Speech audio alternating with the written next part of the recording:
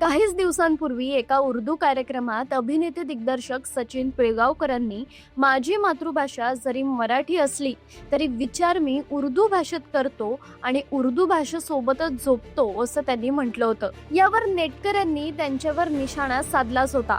पण आता ज्येष्ठ अभिनेते नाना पाटेकरांनीही एका कार्यक्रमात नाव न घेता मला मराठीतच स्वप्न पडतात असं म्हणत सचिनजींना ट्रोल केल्याचं बोललं जात आहे. काय घडलं नेमकं जाणून घेऊयात. नाना पाटेकर म्हणजे एकदम स्पष्ट वक्तेपणा असणारा कलाकार.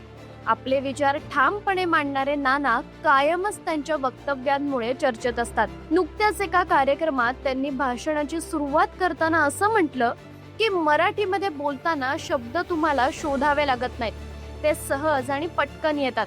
त्याचं कारण असं की मला स्वप्न मराठीतच पडतात, त्यामुळे ती माझी मातृभाषा आहे. पण तरीही सगळ्यांना कळावं यासाठी मी हिंदीमध्ये बोलण्याचा प्रयत्न करतो. सोशल मीडियावर नानांचा हा व्हिडिओ तुफान व्हायरल झालाय. नक्कीच मराठी भाषेचा केलेला उल्लेख हा सचिन पिळगावकरांच्या उर्दू भाषेच्या विधानाला टोमणा होता, यात शंकाच नाही. हा व्हिडिओ तुम्हीही पाहू शकता. कारण आता मराठीमध्ये बोलताना कसं असतं की शब्द तुम्हाला शोधावे लागत नाही, ते सहज येतात, पटकन येतात. कारण मला स्वप्न मराठीमध्ये पडतात, त्यामुळे ती माझी मातृभाषा आहे. पण तरी सुद्धा सगळ्यांना कळावं म्हणून मी हिंदीमध्ये बोलण्याचा प्रयत्न करत होतो.